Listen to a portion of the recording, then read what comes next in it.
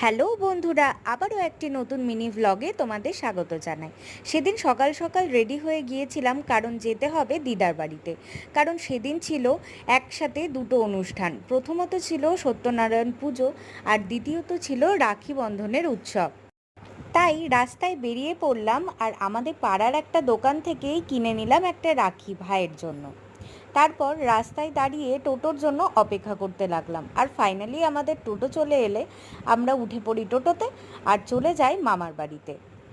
আর গিয়েই দেখলাম মামি আর বুনু মিলে সমস্ত আয়োজন কিন্তু করে ফেলেছে। তারপরেই চলে এলো ঠাকুর মশাই আর শুরু হয়ে গেল পুজো। পুজোটা বড় ভ্লগে শেয়ার করেছি, তোমরা কিন্তু অবশ্যই দেখে এসো। রিলেটেড ভিডিওতে আমি কিন্তু ভ্লগটা দিয়ে রেখেছি, তোমরা চেক আউট করে নিও। তারপর আমি একটু পরম সোনার সাথে খেলা করে চলে গেলাম ঠাকুর ঘরে। ভিডিওটি লাইক করে চ্যানেলটি সাবস্ক্রাইব